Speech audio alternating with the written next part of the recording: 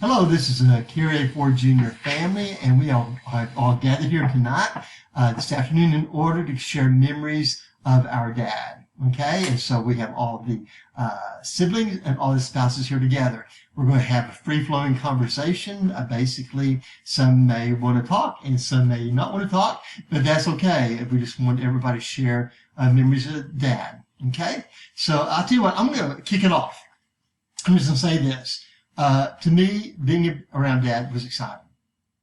I think that there was never a dull moment when he was around. I remember when we were going from Texas to Maryland. We had been vacationing in Fort Worth area, I'm sure with Mom and Papa Turner, that we went through the hills of West Virginia.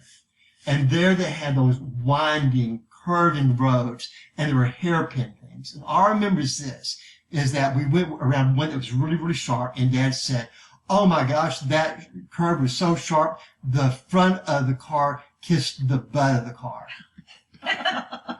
And Mother went, "OCA, OCA." But that was Dad. You know, I mean, he always had some kind of need to say, maybe it was not most appropriate. Who knows? But it was never a dull moment around Dad. And I just remember that when he passed away, that I feel like that excitement kind of dissipate a little bit, but to me it was always exciting to be around Dad. Okay. Okay, so 43 years ago I was fortunate enough to come into the family. The two words I would use to describe CA was absolute and competitive.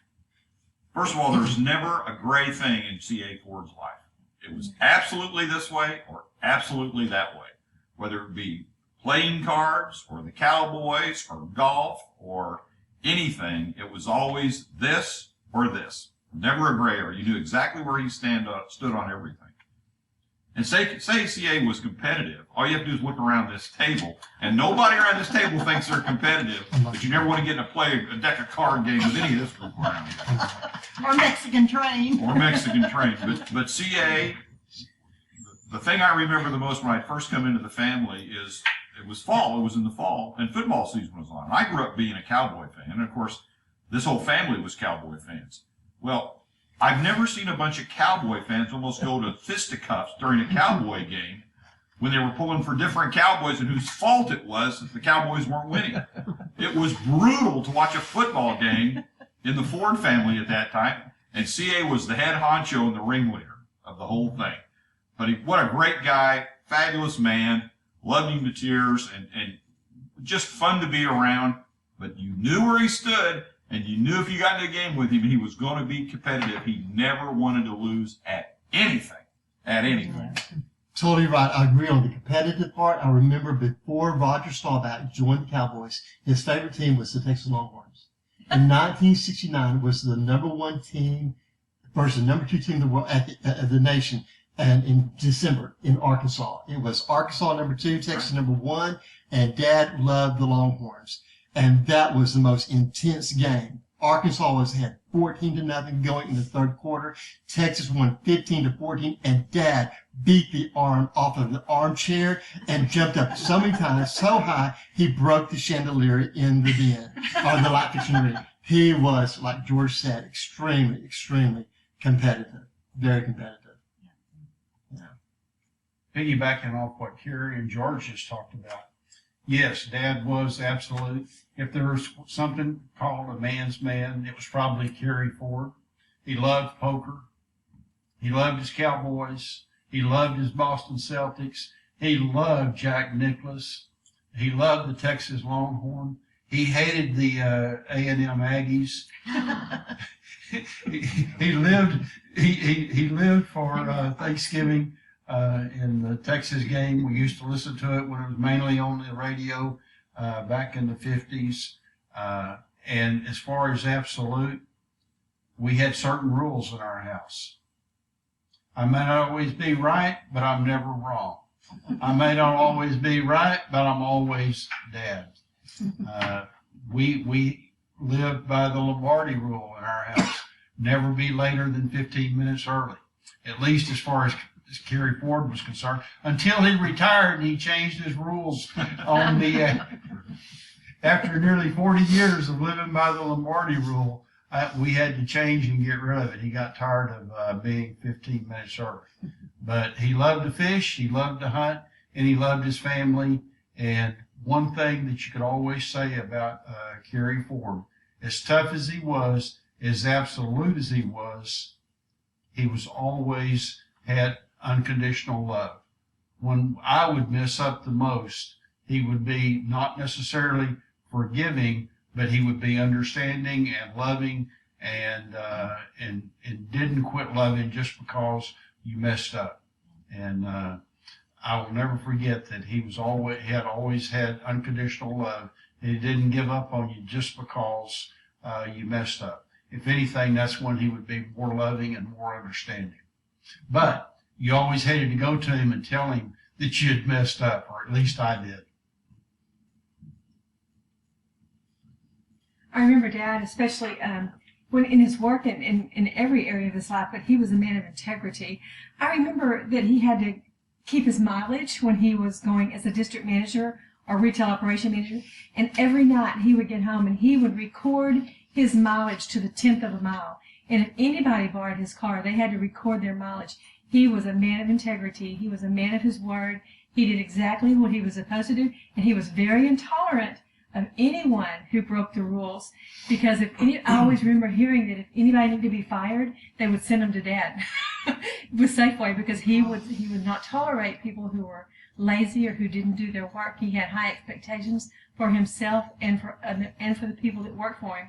I worked with a man in the produce department one time. He was a district produce manager, and he said, "I don't care." He said, "If Mr. Ford walked into a store and you had an empty space, you better put something in that space, even if it's rotten potatoes." He said, "You make sure something is in that space." But he was committed, he was focused, and he was a man of integrity. And everybody knew what he expected, and he was consistent. And they respected Dad so much, the people that worked for him. They used to say, "These new people they're bringing on, they can't hold a candle to Mr. Ford," because he came up the hard way. He started from the bottom, and he worked his way to the top by hard work and commitment and integrity. And that's the way it's supposed to be.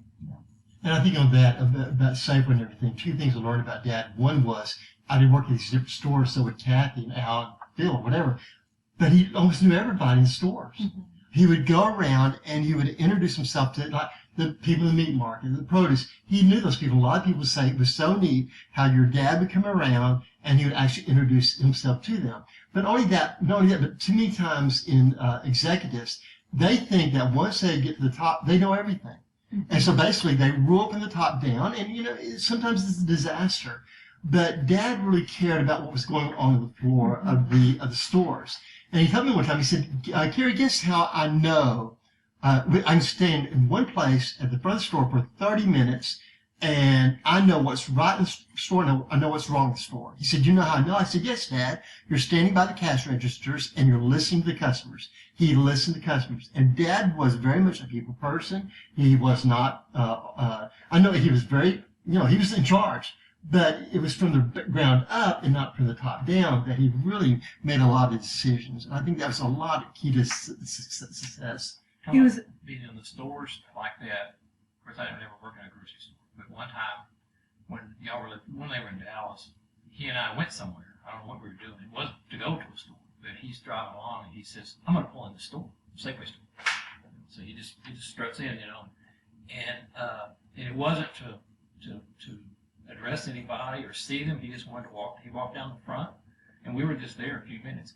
But there was an old lady standing up near the cashier's thing, and he walked up to her, and he had met her, I don't know, 15 or 20 years later. He knew her. She was just, so thrilled to do that. But I heard he'd done that many times. In 1956, he was assistant manager on Rosedale at the Safeway store in Rosedale in Fort Worth. And in the 1980s, when he came back to Dallas, 81, he was making stores. And he went back into that store, and he saw that customer, and she was still shopping at that store. He remembered her name, and she was so impressed. And, she talked to him for a few minutes, and she wrote a letter, I believe. And she said, "No wonder this young man has gone so far because he remembered my name Mm. from all those years, for over 30 years, or about 30 years, 25 years. Dad was so proud of Safeway. I mean, he loved Safeway Mhm. and all that it represented. And Dad was just the model anybody want to be in as an executive. I remember one night, and I'm so glad my dad shared this with me, because I got to clear up something that I didn't realize that it hurt his feelings. And I said, well, Dad, you've got 4 out of 6 of us working for Safeway. And he looked at me and he said, yeah, I guess it wasn't good enough. And I said, no, Dad, I would never have been able to work for the top guy. Yeah. Because Dad was the top guy. And he looked at me and he smiled and he understood. But I knew that my career, what I wanted to do, because I chose a secretarial position and Dad was the top guy. But I was so glad that Dad had the honesty to share that. And he really thought that I just didn't want to work at Safeway. But the career I chose, it didn't follow my career path. And so he understood then. But I think he was kind of hurt that, I never showed a desire to work for Safeway. And that was fine. Mhm. I respected Dad. A lot of people, we saw Dad under a lot of stress working for Safeway. And I think there are 3 things that are causing stress. One was he felt very responsible for the jobs of over 1,000 people. He said, Carey, if I don't do well, this hurts a lot of people. They're going to suffer not having a job because of bad decisions on my part. I think the other thing, though, was just he never felt adequate. That basically he was not really qualified for the job because everybody else around and below him, they had degrees. Right.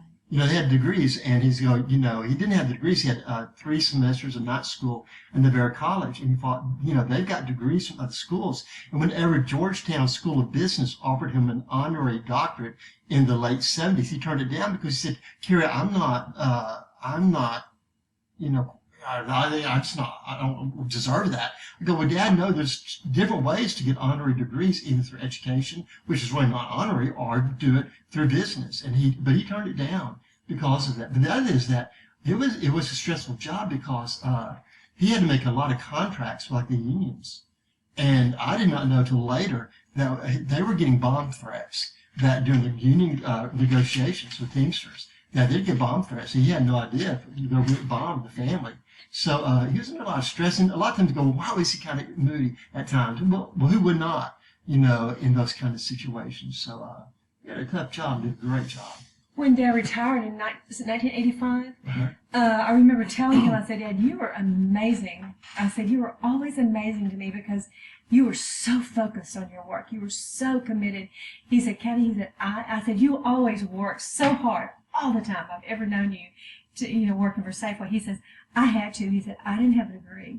And he said, those guys were smarter than me. I said, Dad, you are wrong. Mm-hmm. I said, you are wrong. I said, you came up from the very bottom and you knew every inch of the Safeway food business. And I said, you worked circles around some of those guys that had degrees because I worked for some of those men, And I said, there was no comparison in many ways. So I said, you never should have felt insecure by not having a degree. But that was just a mind thing, a feeling he had. But he made up for it in his knowledge of the business, He passed on to us work ethics Yes. by being on time, Yes. by being honest, by communicating properly with people. Dad shaped me in my early years. I remember when we lived in Fort Worth, he allowed me to serve him a cup of coffee. At night, he'd drink Sanka. But every night, when Dad was home, and he wasn't home that many nights because Dad worked late nights, but when he was home, he allowed me to, and that was important to me because I liked to serve Dad. And he carried that forward when we moved to Washington. Dad was very much into detail, and he was in upper management at that time as a district manager, and he said he needed his shoes polished every night, and that he would, let any of us do it that would polish his shoes. And I took on the role, And I polished Dad's shoes, except for one time when my brother Al hid Daddy's shoes so that I would miss a night and not polish his shoes. The only night I ever missed polishing my dad's shoes when I was at home. And I did that until I came back home from England when I graduated from high school. But he just gave us, that opportunity. And I had a heart then to serve people in my industry. That's why I became a secretary, because I knew I'd be serving bosses and everything. But he helped shape that by showing how important it was. I'll never forget, before he died, years when I was in working for executives, he said, "Linda, pay attention to the details. Your nails, your makeup, your hair." He said it matters. And I always took that to heart. And, he knew how to direct you that's going to be noticeable to others, and that you have to pay attention to those details in order to be successful. You have to put forth the right image and everything. So Dad was very strong in shaping me in the workforce itself. Well, in the summer of '87, after we had closed Safeway in Dallas in April, Dad and I spent a lot of time together and drove, and we would drive around Dallas, and he would show me sites that he had recommended to Safeway that they turned down and were some of the best Tom Thumb stores or Kroger's in the Dallas market. And his knowledge of not just parts of the business, but the whole business, the real estate. He wanted to bring gas stations to the stores back in the 80s. Yeah. Before, Wow. way Yeah, before time. Yeah. I mean, he was a forward thinker. And, the thing that was amazing, though, was years after Dad had retired and I'm working at Tom Thumb in the 2000s, how many people, are you kin to Carey Ford? Are you kin to Carey Ford? And the stories they would tell. When I was in Gainesville, one of the district managers that used to work for him would come in every morning and tell me stories about riding with Dad and everything else, and just how he was a respected man. Period. He couldn't help but respect him, and he led. I mean, you knew who was in charge. There was no doubt. But he was loved and respected, and those people in the Dallas, Texas, would walk through a wall. Truck drivers, it didn't matter. If they were union, whatever, it didn't matter. They knew he was there for them, and that was huge. That is good. Even the baggers, the carry out people, because at that time you always had somebody carry out your groceries for you. You didn't carry out your own groceries. But to CA, he said the most important person in the store is that carry out person, because they leave the last impression on the customer. But he did. He thought a lot of all the employees, everybody was just as important as CA Ford in that store. Who was the dairy man at 189? Been there for- Raymond? There was a guy by the name of Raymond there at 189, and Dad had been the district manager there before he went to England, from like 64 to 66. When Dad got back in 1970 and he went in that store, Raymond was still there doing the dairy. Dad walked up and put his hand out, and before Raymond could say anything, or Raymond, before Dad could say anything, he said, "Mr. Ford, I bet you don't even remember who I am." And he said, when we were over in England, I walking around, and Raymond had been in World War II. And he said, when we were walking around and we were there, and somebody noticed that I was an American, and he said, "You're from Texas, aren't you?" And Dad said, "Yes, I'm from Texas." And he said, there was a guy that was over here during World War II, and his name was Raymond. Do you know Raymond? So-and-so.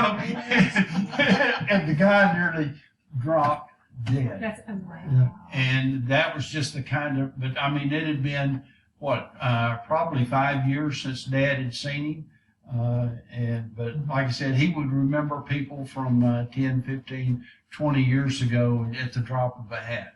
one other thing about Dad, Dad was very organized. It was always after me for not being organized. Dad would always put his keys in the same pocket, his comb in the same pocket, his wallet in the same pocket, his driver's license would be in the same spot. His Donnie, are you handkerchief, listening? Donnie. his handkerchief that he carried.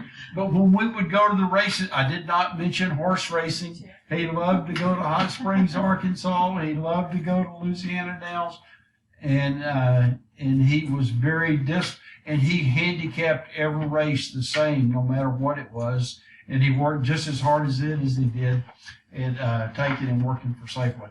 But he was very organized. He was very orthodox, and he did things over and over and over in the exact same way. Dad was very precise in what he did, but he always had a method to his madness, and he always knew where he kept things because he kept them in the same place. And it really upset him when it wasn't in the same place. One thing, like, he was so into, well, Safeway, but he really loved the family. I remember I was a freshman at UT, and I was working at Safeway there on 12th and I-35. And some of the guys were trying to rise up through Safeway, and they said, "Hey, Carey, let's go to Dallas. Hey, let's go to Dallas. And we may stop and see your dad." The reason they wanted me to go, I think. Anyway, what happened was we came up to Dallas and everything, and I was ready to go back home. They said, "Well, I'm going to stop by and see your dad." I said, "Yeah, I'm going to stop by and see Dad." So I went to the division office. He was retail op, I think, by the time, still then. 71. When did he become vice president? 73. I think. 73. But anyway, Rhoda was his secretary.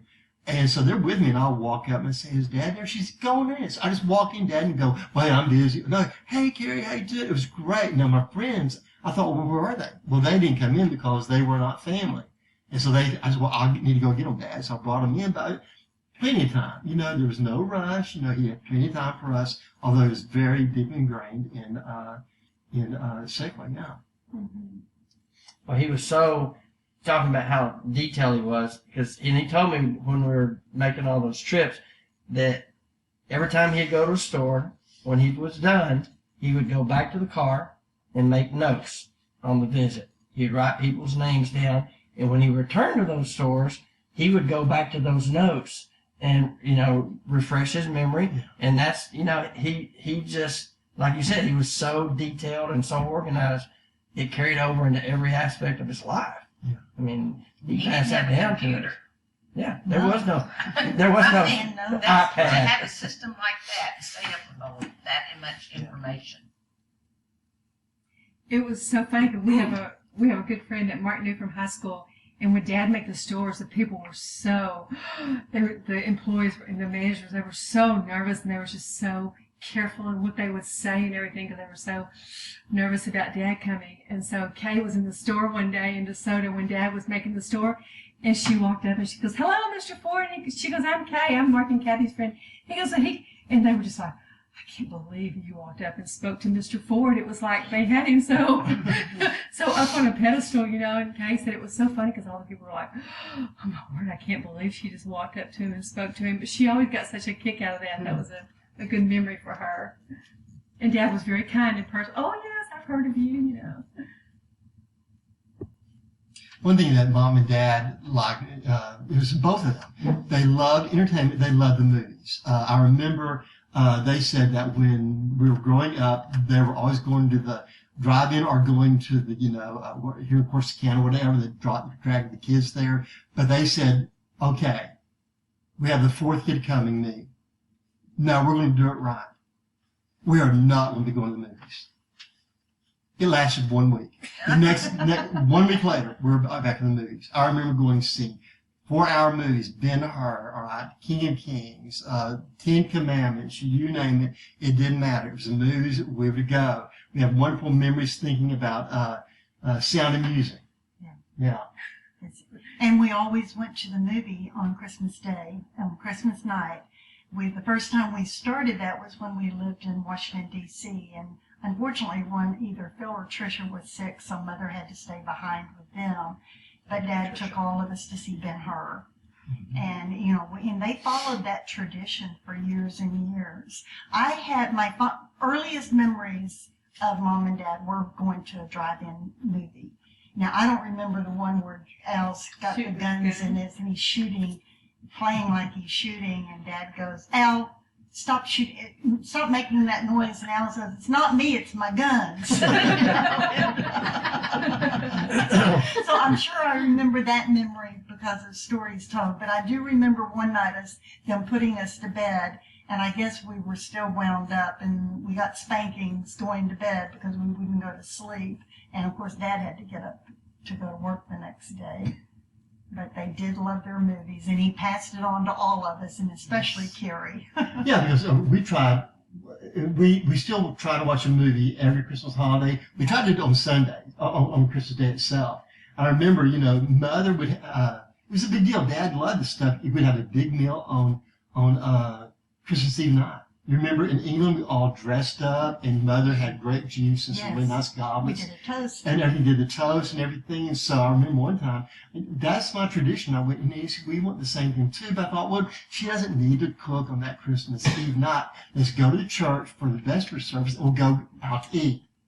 The only thing open was Sonic.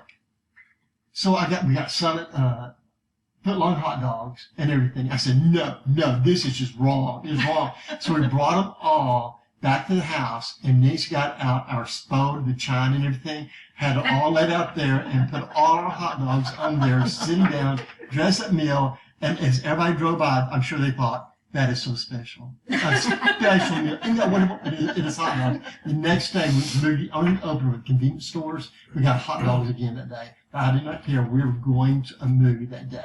Yeah. There at MC. And tell about, we had some good experiences. Al would choose our tickets where we sat there in Grand Prix. Where did we sit in Grand Prix? We had up close and personal. Front row. Front row. Sound of Music. We saw two movies that same day. We were Sound dizzy. Music was on front row. Okay, we saw cartoons that day. We saw Sound of Music first, right? Or cartoon. I think it's all cartoon first. We drove back home from downtown London, ate, and went back to see Sound of Music that night. Sat on the front row, and it was a chilling experience. It was great. Yeah, because what happened is that it was a fancy theater, and they had curtains drawn. They drew the curtains back, and you had these beautiful mountain scenes with the snow, and then they drew back the curtains. This rush of cold air comes in, and I'm like, oh my gosh, you felt like a virtual experience actually being there. I think. But yeah, that was very part of it. But also, I remember in the 80s, they were living there in Loch Ness, and Mom and Dad again would watch TV, watching movies and everything. And they'd be eating a whole bag of M&M peanuts, a whole bag, and drinking Diet Coke. Somehow they thought that would cut. Balance it. Yeah, always In that. England, didn't they get the Cadbury fruit and nut bar, the large size? Well, It was a Cadbury. I think it was fruit and nut. If you go to the Odeon Theater in Beckenham, and they would get the large drink. I don't think in England that the large were anything like our large drinks, but they would. They get certainly drink. didn't have ice in them. No, they didn't have ice, but they had the Cadbury fruit and nut bar. Wouldn't they have also the almond, the whole nut? They like the whole Yeah, nut. and the Brazil nut. And the Brazil nut. Yeah, Yeah. that was really good. Yeah. They always loved their Cadbury. I remember Dad always came home. Their routine, you take this for granted, I think, when you're growing up, but Dad always came home from work. Mother had dinner ready. It was always ready, and we would sit down and have dinner as a family, and then he would go into the living room, and they would watch TV all evening. But Mother was, whenever Dad sat down after dinner, Mother sat down with him, after we did the dishes and everything. Whenever he watched sports, she sat down with him, and she enjoyed the same sports. But I think that was a way of connecting for Mother. Yeah. I think that one thing that kept their marriage strong is that Mother was there. When Dad was home, Mother was home. She was there for him, and she was his support system. He had a strong support system in Mother, and I think she was a lot of strength for Dad. And she was also a listening board. He would share with her what was going on, and Mother would listen. And that helped Dad. Because Mother said he was at the age where basically he was vulnerable. He was kind of midlife, Yes. younger ladies coming up this, he could be very vulnerable. She wouldn't know. So she would go to all the football games. And I think she ended up enjoying as much as he did. She did. Eventually. She did. They'd always turn their shoes over It became in a the common interest. Texas game to bring the cows home, all that kind of stuff. Takes them a bit, movies and stuff, One thing that when Dad coming home, but the first thing Dad did when he walked in the door was go to Mother and give her a kiss. And I appreciated that so much, and I'm very fortunate that I have a husband that does the same thing to me. He always seeks me out the moment we walk in the door. But I think Dad really, that always impressed me about Dad, that Mother was a priority and he wanted to kiss her. She was usually finishing up dinner, getting it ready for the table. But that meant a lot. It showed his affection for Mom. And Mom and Dad didn't mind showing affection to one another. They would, not a passionate kiss, but they would kiss one another, and but they were a loving family. They expressed love, and I think that helped us in our marriages.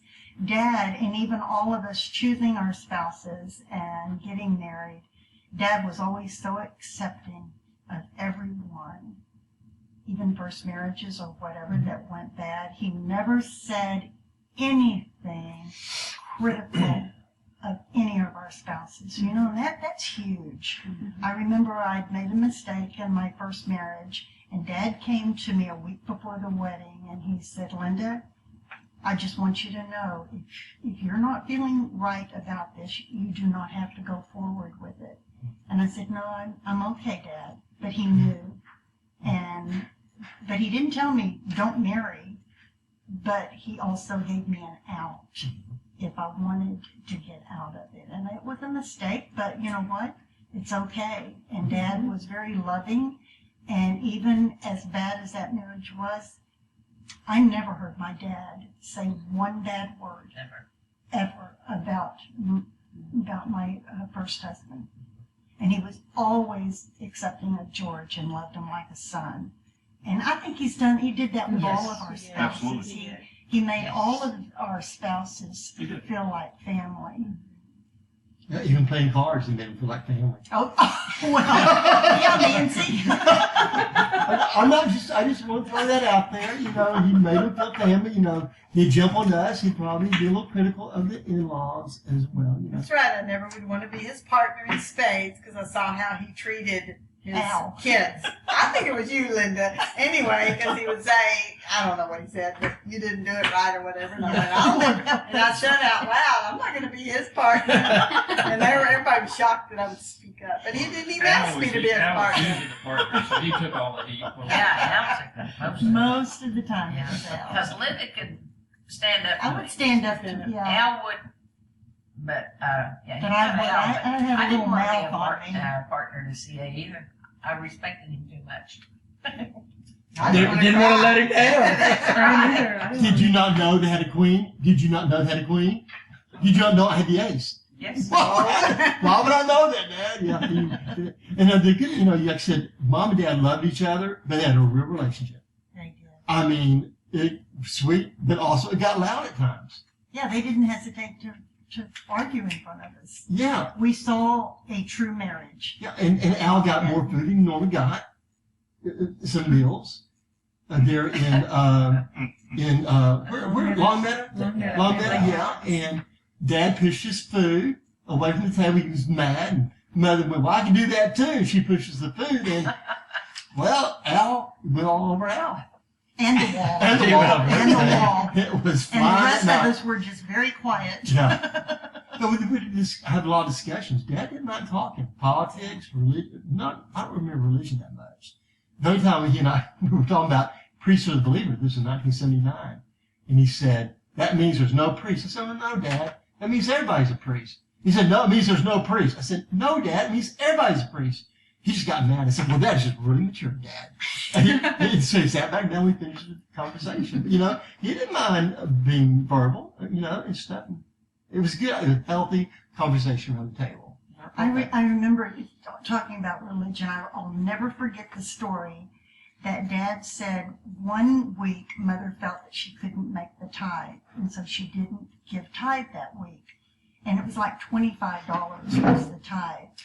Dad had a bad tire, had to be replaced. Guess how much that tire was? $25. He looked at Mother and he said, don't ever not tithe again. Yeah. And Mom and Dad, and that story has always stuck with me. Yeah. I remember it as a young, in grade school when he, when this was repeated to us. Yeah. And it really made an impression on me. Mom and Dad believed in giving to the church, and Dad did too. He set that Yeah. precedence, and he made sure that no matter what the situation was, we were going to give our tithe to the church. I'll never forget the story of when he was at Golden Gate and they had started tithing. They were a young couple. They were in their late 20s, I think, or Dad was. And they had given a tenth. And Dad said, God has just been so good to us and blessed us. I'm going to start giving an 11, I remember. which is less.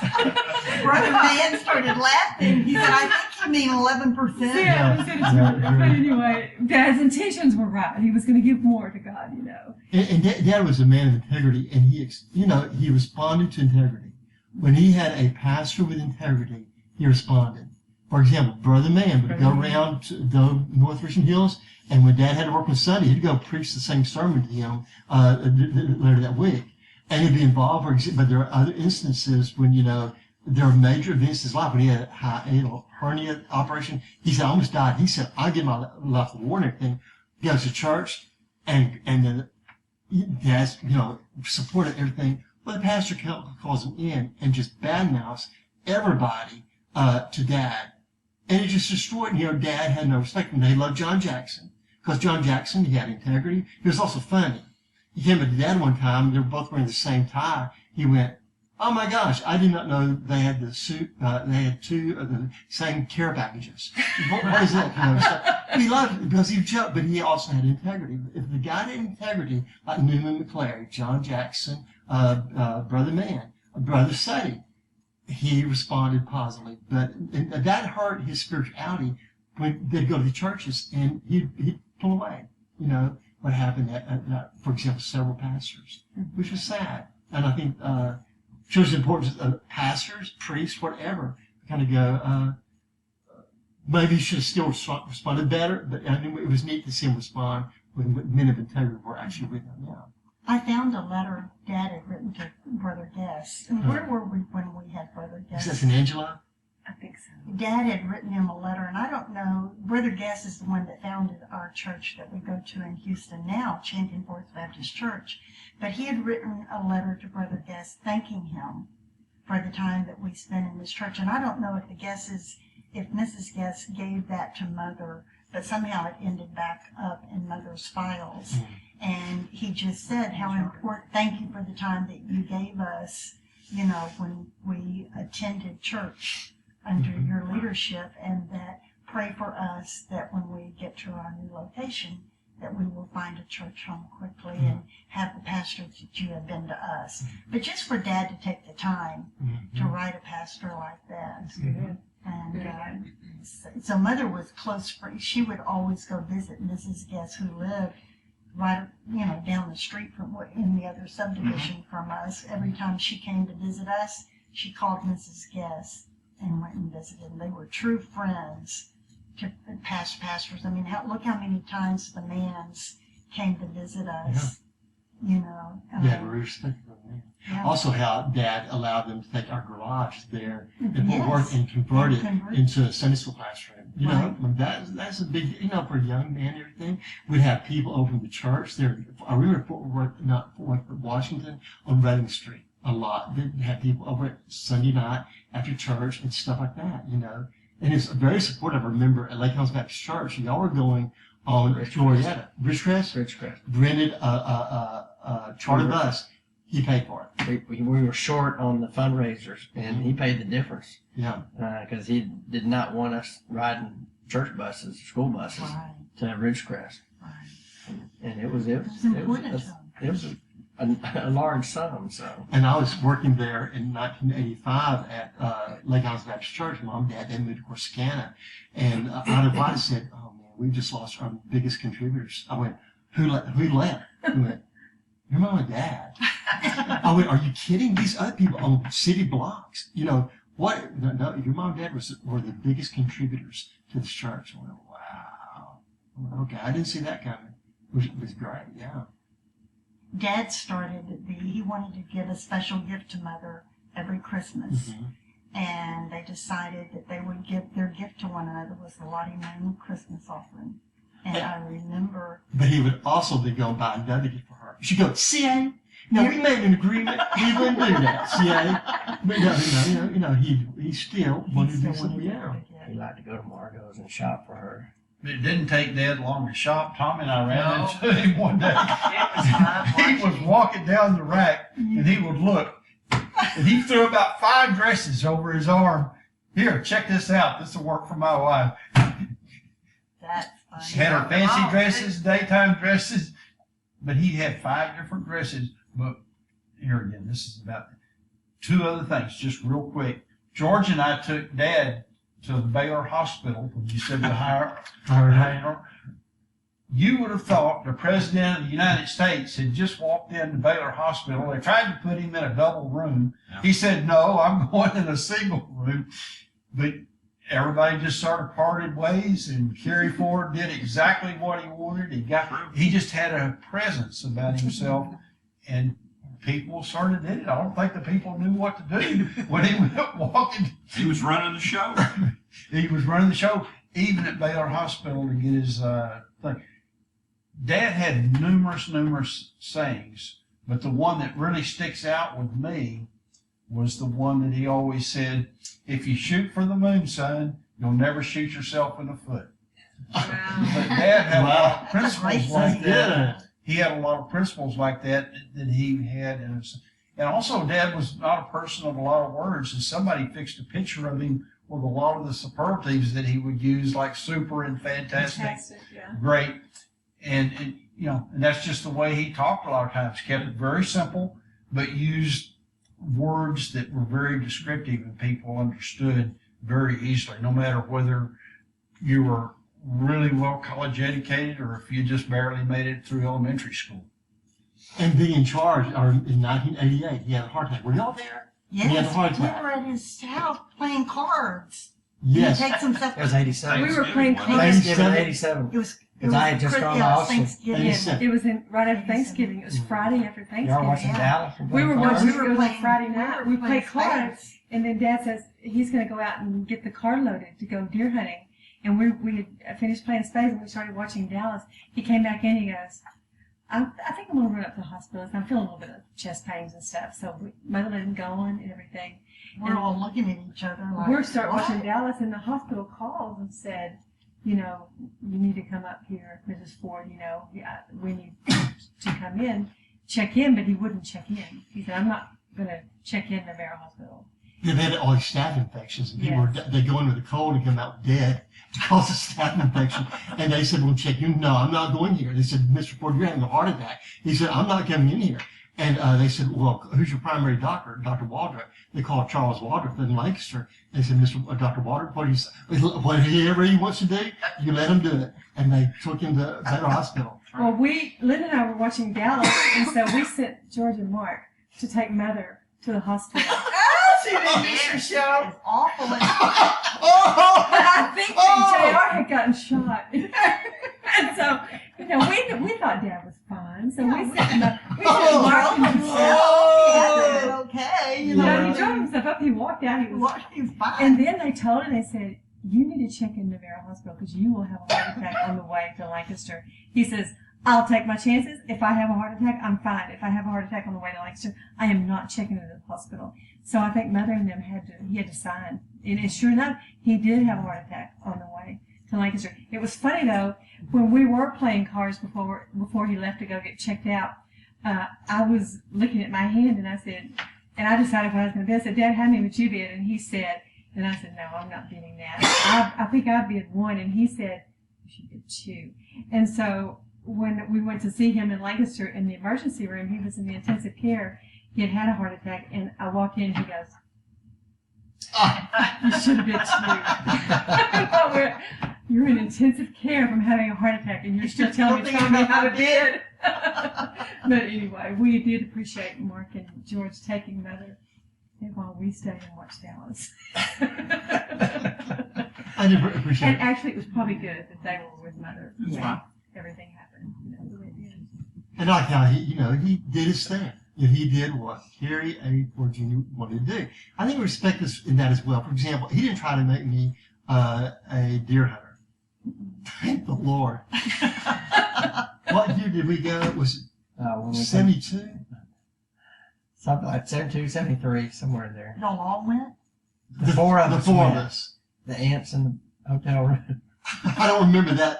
I remember we got up at before dawn. It was so cold. And all the stars. And we get, where did we eat? Where? The Blue Moon? Blue Bonnet Cafe. Blue Bonnet Cafe. That's where we ate. There in Burnett. And so you two were to stand together, and Dad and I were standing together, and I'm reading a book. I don't have a gun. Did you have a gun? Al probably did. I did. Did you shoot anything? No. I said, I'd rather stay at the house and read a book rather than come I'm freezing to Not wasting death. my time. I just, but we were quiet for it. It was great. I'm sure he was a little disappointed that we were not big hunters. Were you a big hunter? No. No. But you like Nathan to go with is. Dad. Nathan loves hunting. I'm glad it shot the party. But that's like with, Dad, basically we learned to play golf together. He had played before, but when I was 14 and 15, I had a pretty good temper, and I'd throw a club every now and then. And I asked him later on, and I said, why did you let me act like that? I said, I don't understand. He said, well, I knew you would grow out of it.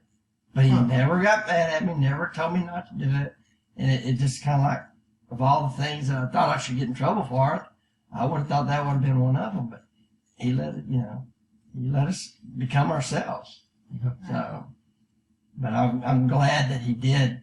That was something that, we did together a lot, was played a lot of golf. And that was great because, there's so many different stages in your life with your parents, because they're always your parents, but as you get older, they become your friend. Yeah. And he became a very good friend over the last few years, spending time with him when Safeway closed, and that summer was really special. So.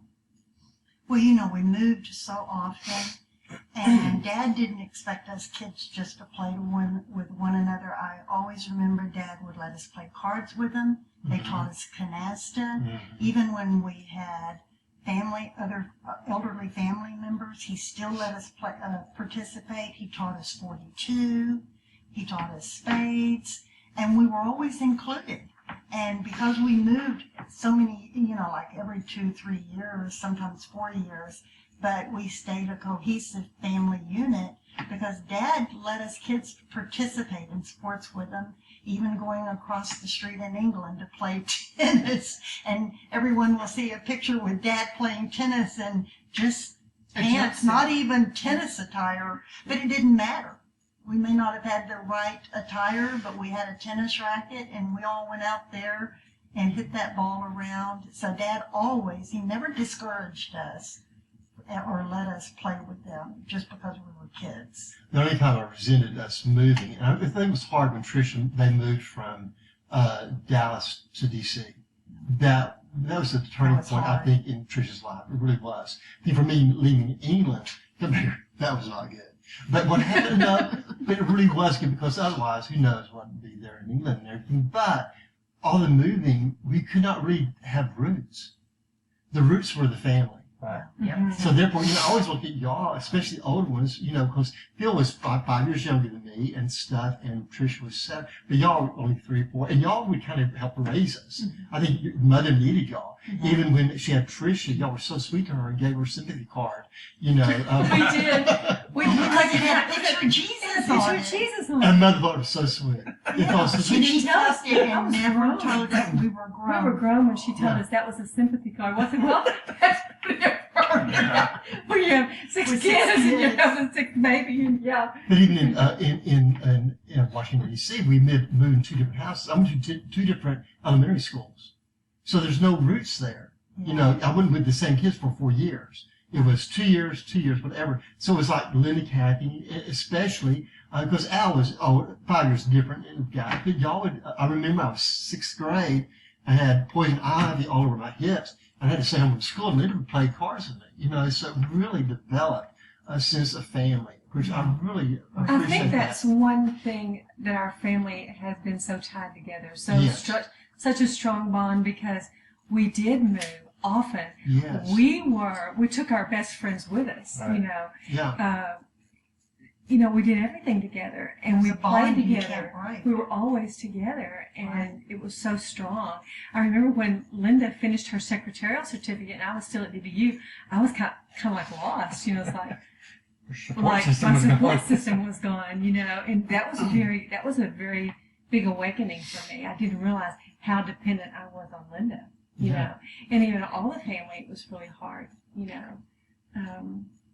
Because to Dad as the set Bible. that, Dad Yeah. and Mom set that stage for us because they included us, made us a Home family was unit. very important. Home and church and Family was family. important. Oh, yeah, but I mean our family at home. Dad came home from work. We were home in the evening and stuff, and we did play games, and we did interact in those ways. We did go to the movies together. I remember in Maryland, that's when we started playing on Railing Seat, especially we started playing canasta. We went to England. We played chess. We played chess. I remember. Do y'all remember the Christmas day that we got up and had Christmas breakfast, and I think we opened our presents and we played cards from that morning until late at Was night. that York Spring? That was on York Spring. Yeah, we played 13 hours. And 13 hours. And nearly everybody around the table, men, were smoking except for me. I wasn't. I know. And I started rubbing my eyes later in the day. He said, "Son, is there a problem with your eyes?" I went, "I need a foghorn." I mean, she was like this heavy smoke. Yeah. But it was all day. But it was great. Nobody ever got tired of it. No. And that carried out for as long as I remember. But he loved playing cards with Mama and Papa. Yeah. Oh, yeah. With He loved his Mama own, and Papa. yeah. He played with everybody. He never, and even with Mom and Mama getting so silly and laughing all the time, he and Papa, they would just get so frustrated because he'd get beaten by Mama and Mother, and he's going, I'm serious. Well, how did that happen? Well, he's the only good player around there. He pulled Papa Turner along, but Mama and Mama just get the best dominoes. Yeah. And they would laugh. Like I said, that made them mad. They didn't like that at all. That was Mama afforded. Mama Turner was great with Dad, though. She could tease him, and he just loved him so much. If he would get real smart because they were beating him so bad, she would say, "Smarty, Smarty had a party, and no one there was there but Smarty." And Dad would she always said that to him, and she would have little sayings like that for Dad. And he really Yeah, I think that relationship was the same kind of that George had with Mom. Yes, And sweet. Dad was the only person who could get Mama Turner into shorts. Remember in '68, In shorts? She would. Oh well, they were long shorts. I mean, they were knee length. Yeah. But he got in shorts. Yeah, we went to '68 and I remember that. I go, wow, big deal, because she would not wear shorts. But he got her to do it. Yeah. Dad always wanted family to come visit us. He always invited preachers, and when we do revivals, evangelists to come and stay with us. Mom and Dad opened up their house. It didn't matter how, and that's when there were 8 of us, and it didn't matter. There's always room for another one. And I don't remember, for example, when the Burnett's came. We were not been that close to the Burnetts. No, They but had a blast. we had the best time. They had the best time. Whenever Al and them had all lined up and they were doing pillow fights and popped us with towels, I dropped out at that point. Ms. Robinson told us. They had gone to a Yankee game, hadn't they, Al? Didn't they go to a Well, football, a baseball they game? went to a baseball game. I Yeah, don't New York remember. Yankees. And I'm they surprised you came didn't home, get we were them. all asleep. I went, that is so sweet. Oh, the kids are they're so alive. Until our neighbors told on us the Yeah. next day. That's when the Burnett's came. James Yeah. and Julia James came and with Julia, David. yeah, Yeah. Yeah. All the boys. With all 3 boys. All 3 boys. Jimmy. Jimmy, Yeah. Jimmy, David. But the two youngest. things just real quick. Yeah. One, before we moved to England, y'all was talking about family. Y'all came down on Sunday afternoon, and Dad told me, he said, "Son, I've been offered an opportunity for the family to go to England. Are you willing to go?" Now here I am, just graduated from high school, 18 years old, just started college at Vera Junior College, and I have an opportunity. at 18 to move to London, England. And he says, son, we're not going to go unless the whole family goes. Do you want to go with us? Yes, Dad, I want to go to England. The other thing I remember about Dad, and somebody was talking about it, he never really told us what we needed to do as far as profession. The only thing he expected from us was, I just want you to be the best you can be. Yeah. Try to be the best there is in whatever it is. Son, if you want to be a street sweeper, I don't care if you're a street sweeper. Be the best dadgum street sweeper there is. That was all his expectation was that we did our best. Right. And He really let us make our own decisions. He really when we did. became adults. he never pushed me to go to work for Safeway. He just always instilled. But from the time I grew up, I knew I wanted to be a store manager just like Dad. Yeah. And unfortunately, all I did was prepare to be a store manager. That's okay. Yeah. He was proud of all of y'all. Yeah. People are Especially in the industry. And Dad respected that people were different. They did. I remember we were watching 1965 there on Calvary Circle. Pope Paul VI came to the United States. I think it was the first visit of Pope to the Americas, to the United States. And they were doing a mass there in Madison Garden there, I think in New York City. And I was making fun of it. I called it the mess. And Dad went, don't say that. He wasn't Catholic, but he went, don't say that. He would always respect people's decisions, stuff, as long as you were doing things that are not immoral. And I really appreciate that. I thought, okay. What are the, how about just close out, talk about trips, and maybe the very last Dad's life. Before we do that, Yeah. I just want to make one comment. I had made a very poor decision, and I was pregnant, and I had to go to Mom and Dad and tell them what had happened. And my dad made it very clear what I needed to do, and I promised him that that's exactly what I would do. And he never, ever put me down. He never rejected me, him and Mom, but his words were strong that night, but they were loving. And he loved Christy like, like none other. It was just, but he never, ever threw that back at me. He never made the mistakes we made. He was forgiving. He was loving. Yes, he had expectations that you better meet in moving forward, but he was very fair and but more than that, more forgiving and loving. And Even if he had to pick you up at the Dallas County Jail.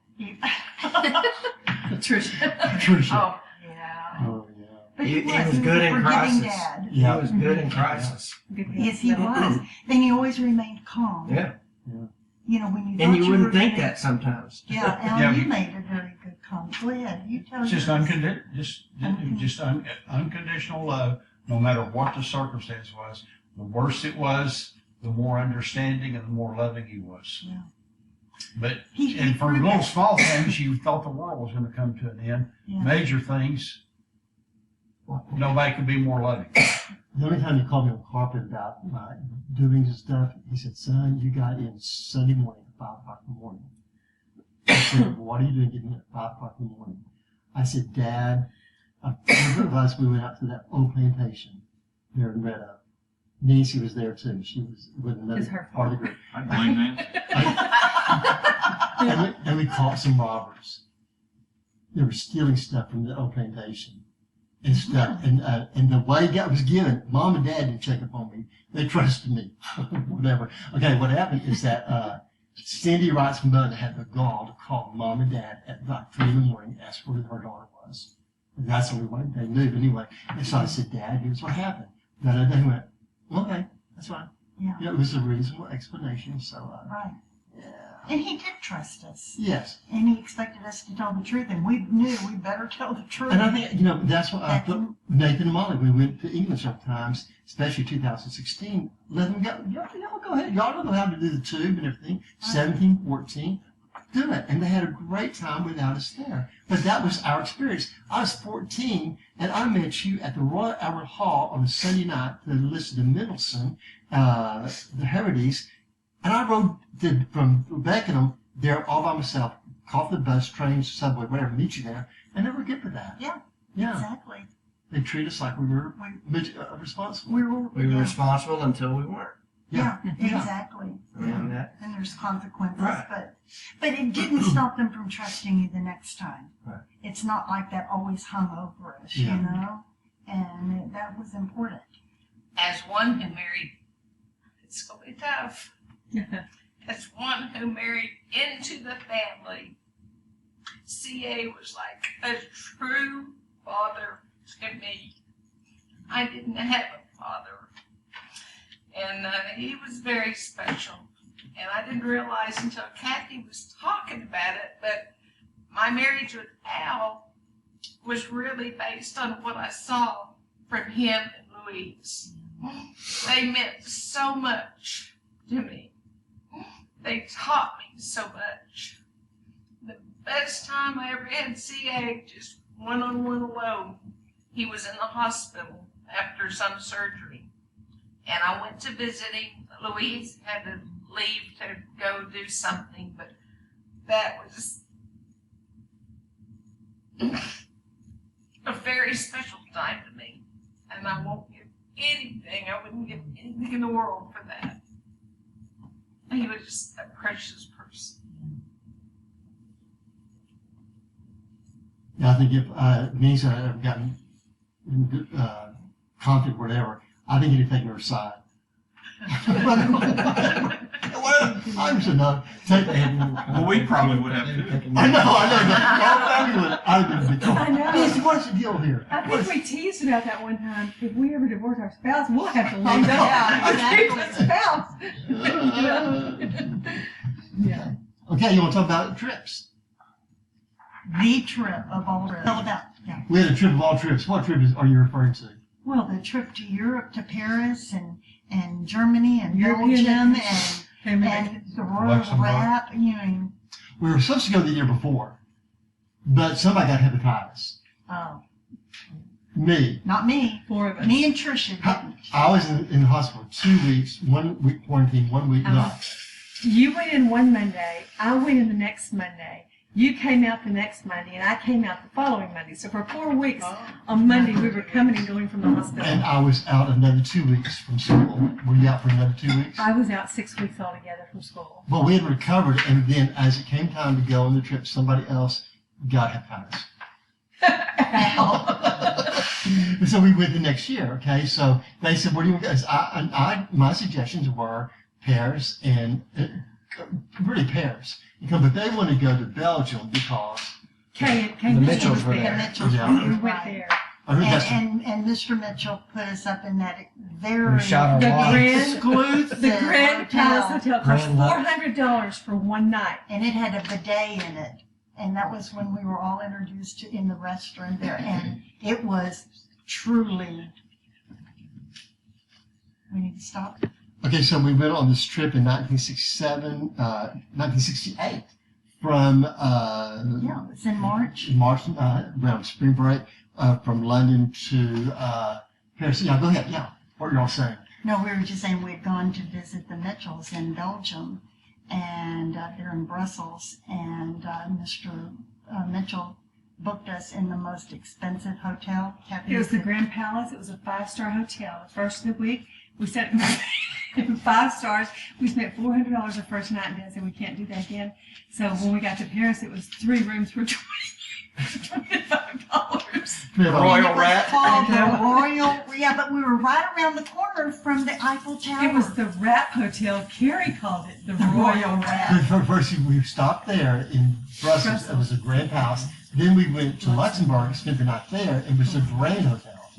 By the time we got to Paris, it was a wrap, and then began the Royal Wrap. And we had ham sandwiches With French every night for dinner. We bought a loaf of French bread and a slab of ham, and we went to the Royal Wrap Hotel, cut those cut it all up, and I think we ended up locking the door, Linda. and they had to come up from the hotel front desk and open the door and saw In our room. in our room on the bed with all of the Bread and ham. I just remember that day we traveled basically all over Paris. We walked from the Eiffel Tower all the way through the Louvre. To Spent Notre so Dame. much time there at the Louvre. About 30 minutes. 30 minutes, 5 minutes, 30 seconds in front of the Mona Lisa. And then we walked all the way to the Opera House And Notre because of Dame. American Express. Then we came back, walked all the way then to Notre Dame, came back and went through the hotel gates on the Lee and saw the Tomb of Napoleon, and then went all the way then back to the Boardwalk Hotel. Everybody's tired. Dad and Jurgen playing They were playing poker. blackjack. Blackjack. Yeah, he went to blackjack. And Mother went, did not come to Paris to play cards. She said, Three of us. so 3 of us, and I knew enough French to be dangerous. So what happened is, real quick, listen. And so Mom, I knew enough French basically to be dangerous, because what we did, we walked then to, got the bus, went to the Arc de Triomphe. And then I ordered more tickets where we could go then. We tried to get to Champs-Élysées. We tried to get to, not Champs-Élysées, but the Sacré-Cœur. We went there. Yes. And finally, we got Sacré-Cœur, and we're on the way northeastern part of Paris. And our hotel is way southeastern part of Paris. And it is getting late. We ate ice cream on the Champs-Élysées in 30-degree weather on the sidewalk cafe. It was that cold. It was cold. remember. It was cold. I don't remember the cold. Oh, yeah, it was cold, yeah. We're used to cold because we live in England. Yeah. Right. After we got there, the train shut down. Yes, and so, No, we took a subway. It was a train. well, Mother ended up getting a taxi. She got a taxi. To go back. Yeah, went back to the thing. And by the time we got back there, they finally told me every time you bought a ticket, you could tear off a slice, and you could use, it was actually 4 tickets in one. I think we had 30 tickets by the time we got back. Left we didn't over. realize. Yeah, I didn't realize. Like I said, I knew enough French to be dangerous. That was it. You knew more than we did. Yeah. It I was remember a lot of the traveling, we'd go, as we're driving back and forth from Maryland. But that was a wonderful trip. I mean, Yeah. one that all of us remember. Oh. Phil, you remember it. Oh, don't yeah. You? You were Yeah. old enough to. And I remember getting back on the ferry, leaving from Calais to go back to Dover, and we were hungry. And so Dad's suggestion was we eat Ham sandwich. ham sandwiches again. we didn't And know I think we ate it. Did we really? Sure I don't did. think I did. I did. But we didn't have them for a while. No, after not that. after that. Not after that. It's crazy. I just remember going back. We'd drive 28 hours straight. And I don't ever remember getting in trouble on those trips. Because Mother feed us fried chicken, sandwiches, Cokes, candy to keep us quiet. Fill us with sugars and be quiet. I remember Dad would never stop except for not cigarettes, but for gas. And he'd get cigarettes in. And we you better got go to the bathroom. Yeah, and the doors, the moment it stopped, the doors of the car would fly open, and 6 kids would just go into the restroom. Like, just, wow. And we never had to wait on anybody. Everybody always hurried. Yeah. Oh, yeah. I think one thing about the trip to Europe that was very memorable is that we lived in England. We came from England. We took our car with us, and we took it over on the ferry. Yeah. And it was the steering wheel is on the right-hand side. And of course, in England, the steering wheel is in Europe, it's on the left-hand side. You drive on the opposite side of the road. And so Al was sitting in the front seat and was the navigator Yeah. for Dad. We went around that thing several times because you couldn't The get roundabout. the yeah. roundabout in Paris. Remember that, Al? But it was so funny because Al said, I said, you can pass. The car was so close. I'm going, we are not going to make it to England, But we did. And But then we did. We we're in never had a wreck. And we're in Germany, and we had the Autobahn to the left of us. And Al suggested, let's give him the Autobahn. So Dad, okay, he will fall out, and there's no speed limit. All this goes whoosh, whoosh, whoosh. Dad was so nervous. Our brakes are squeaking. Coach Bobby fly on these hills. Almost ran us. Were we on? And then we got on the next exit. Do you remember we stopped at a gas station just outside of Yes. Cologne in Germany, and there was a dog, Mm-hmm. and we were talking to him. We said, he probably doesn't know English. We need to I speak told to him Al in that German. Al was talking to him. I Okay. said, Al, he doesn't speak English. Dad just almost died. Probably true. Always stopped there we were almost near Paris, out in the country, we were driving towards Paris, and we'd stop again and had to use the restroom. Is that little shack there? Had a hole. All of a sudden, we hear Christian going, I'm not going to use that. I am not going to use that. It was a hole. I remember that. Yeah. When Lynn and I first started school, our first day of school at Sedge Hill, one of our English teachers came in and she said, well, I've been to Paris this summer, and she goes, oh, Americans just annoy me. She didn't realize she had 2 Americans in her class, and she said, those Americans just annoy me to death in the Louvre. She goes, I would just stand there for so long admiring and meditating on this picture, and the Americans will walk by. Look at that. That is so cute. I'm going, well, in 1968, when we went to the Louvre in Paris, we went into the Louvre, we saw the Mona Lisa. We were in and out of the Louvre in 30 minutes. So we justified what the Americans that she was talking about. Yeah, that is Mona Lisa. Oh, hi. Seen it. Bye. We were out of there probably in 30 minutes. Well, Dad and Mom and Jason and Jeff went to the Grand Canyon. I mean, they're all together. Dad walks up to the Grand Canyon, walks at it for 30 minutes, says, let's go. And Mom went, what? We're at 30 minutes. That was Dad. One of the wonders of the Yeah. world. Hey, what else are you gonna do? But It's that, was old. another time Mom put her foot down, and they actually stayed the night at Grand Canyon. Really? And she said, we did not drive all the way to the Grand Canyon to spend 30 minutes. Dad got her a motel room, and they stayed at the Grand Canyon. Got to see the sunrise they got to see the sun set on the Grand Canyon and rise on the Grand Canyon. And I think this helps understand the reason Dad was that way, to understand his aesthetic. We went to the movies a lot. He loved Charles Bronson movies because everybody's getting killed, all right? All this kind of fun stuff. After one movie we came out, he said, Carey, Charles Bronson is the greatest actor. I did not say a word. Are you kidding me? Dustin Hoffman, Al Pacino. No, it is. Charles Bronson. Oh my gosh. Because he always gets the guy. Yeah. What are some other trips, guys?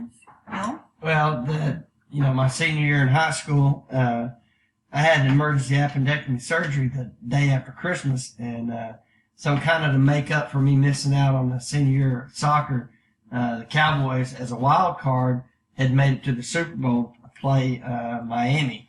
So Aunt Kat and Uncle True and Mom and Dad were going to go, and so they let me go with them. It's kind of a makeup for everything that happened, and that was pretty amazing. Just spending that time with them, the events around the game. I mean, we didn't do anything great or special. We ate at a restaurant, we stayed in a hotel, but being with other Cowboy fans, Aunt Kat's, they're dancing on top of a car, doing cheers and everything else. And as far as we knew, we won the game, even though we lost, but just ran out of time. But they love the Cowboys, and they enjoyed the camaraderie of just going to those trips, and it was special. And probably my favorite was when we went to Rome. Kathy and Linda had to come back to the United States, and Al had gone to Vietnam. He was going to the Army, going to Vietnam. And, we were always so together as a family. But, Mother one time said, she said, Carey, your dad treated the 3 older differently than they treated the 3 younger.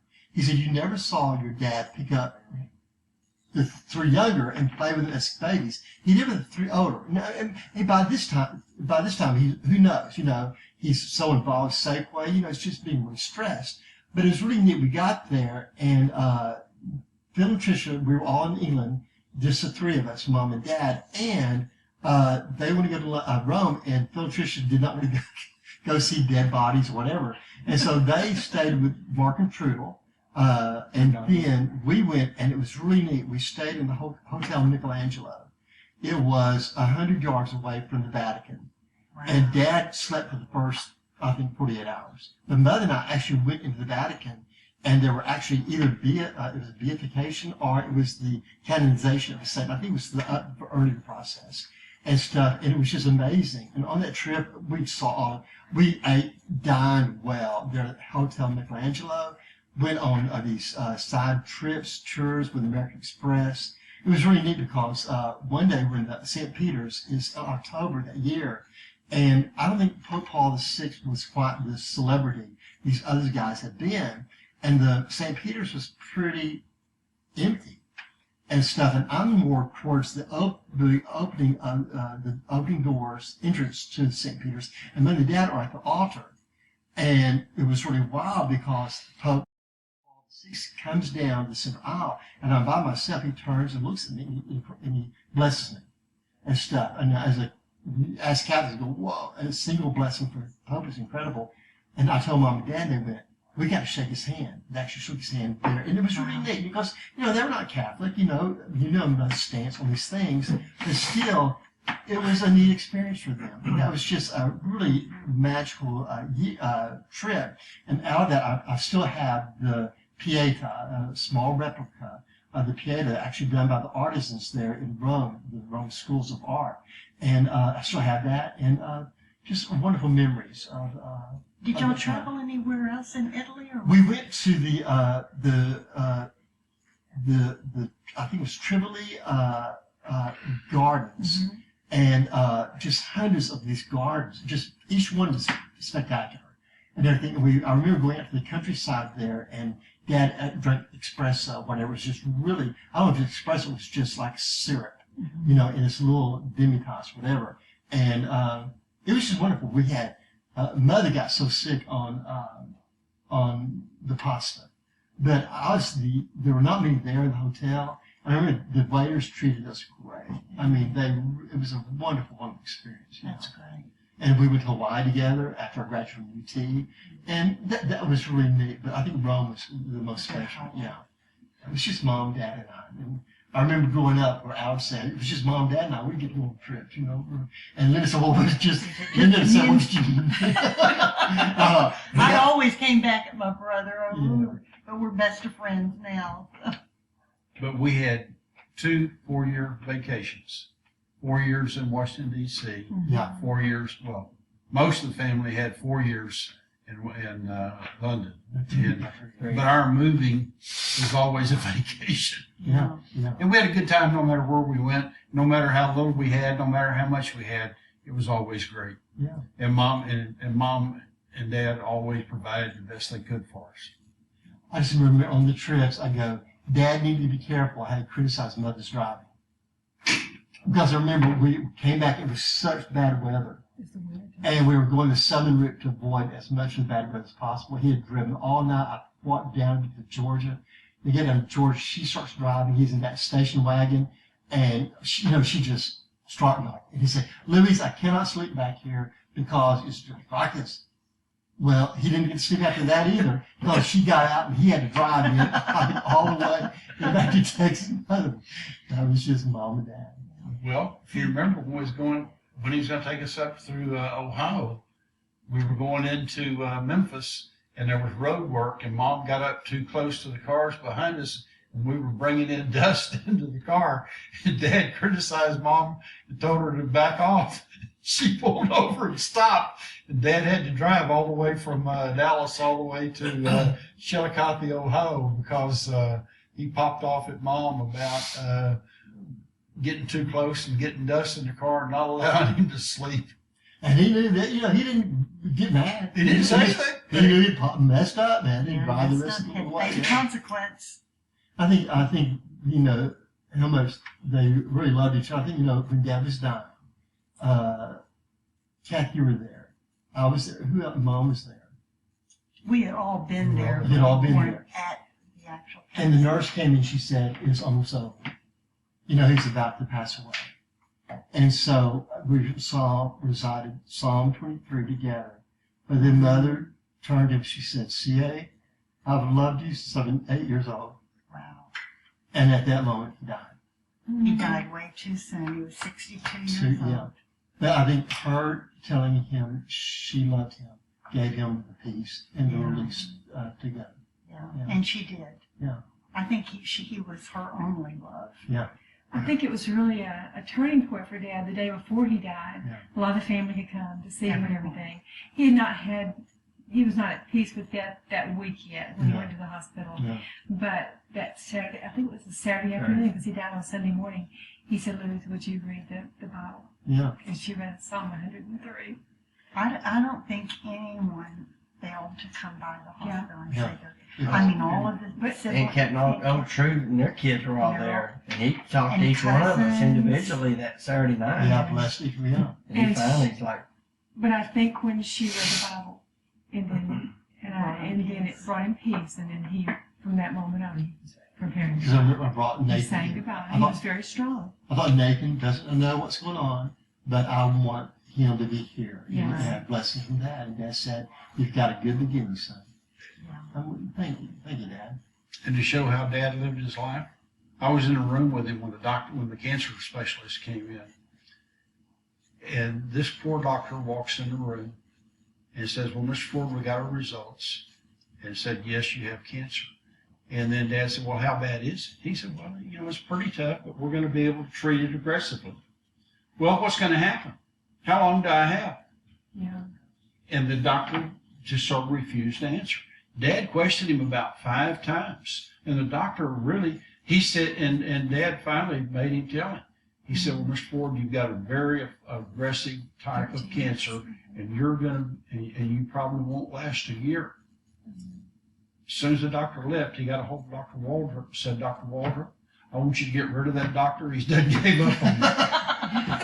That was And Dad. he never gave up on life. He never gave, and that's the way he pursued everything. He didn't give up, and he thought he could win. He could beat anything.